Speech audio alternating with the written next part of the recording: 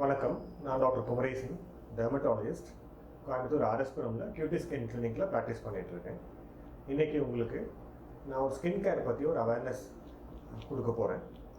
Skin care அப்படின்னாவே நமக்கு தெரிய வர்றது என்னென்னா கிளென்சர், டோனர், மாய்ஸ்சரைசர், சன்ஸ்க்ரீன் இதோட யூசேஜ் தான்.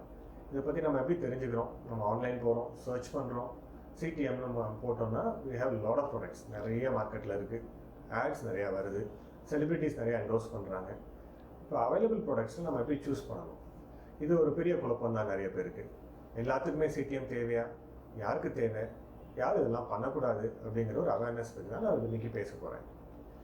எல்லா ஸ்கின் டைப்பை வந்து 3 வகையாக பிரிக்கிறோம். Oily skin, dry skin, combination skin.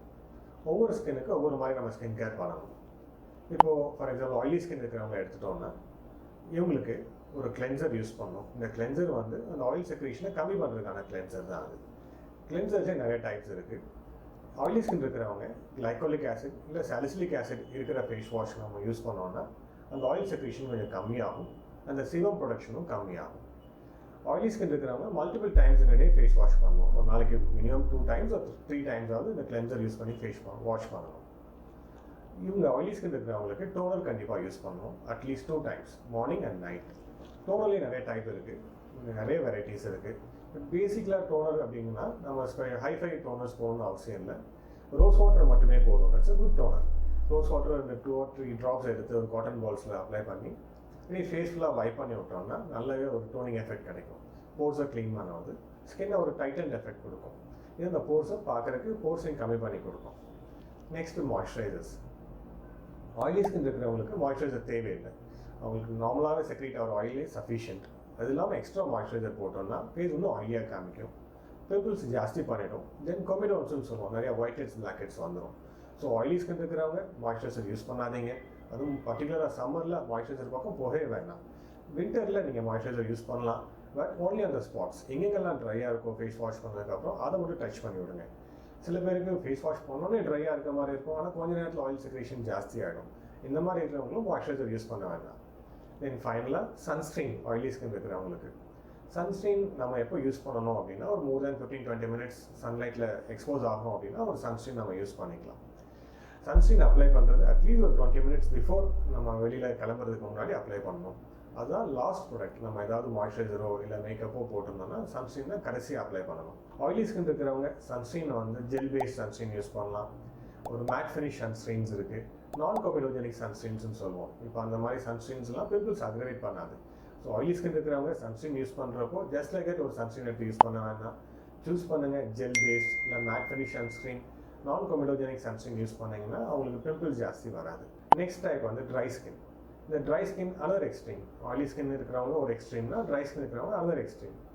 இவங்களுக்கு ஃபேஸ் ஜென்ரலாகவே ட்ரையாக இருக்கும், ஃப்ளேக்கியாக இருக்கும், கொஞ்சம் பவுட்ரியாக இருக்கும் ஃபேஸ். பர்டிகுலர்லி ஃபேஸ் வாஷ் பண்ணாங்கன்னா ரொம்பவே ட்ரையாக ஃபீல் பண்ணுவாங்க. இவங்களோட ஸ்கின் கேரில் என்ன பண்ணணும் அப்படின்னா ஒரு கிளென்சர் சூஸ் பண்ணுறப்போ இந்த கிளைகாலிக் ஆசிட், சாலிசிலிக் ஆசிட் இல்லாத கிளென்சர்ஸ், ஜென்டில் கிளென்சர்னு சொல்லுவோம். செட்டைல் ஆல்கஹால் கண்டெய்னிங் கிளென்சர்ஸ் வந்து ஜென்டில் கிளென்சர்ஸ்.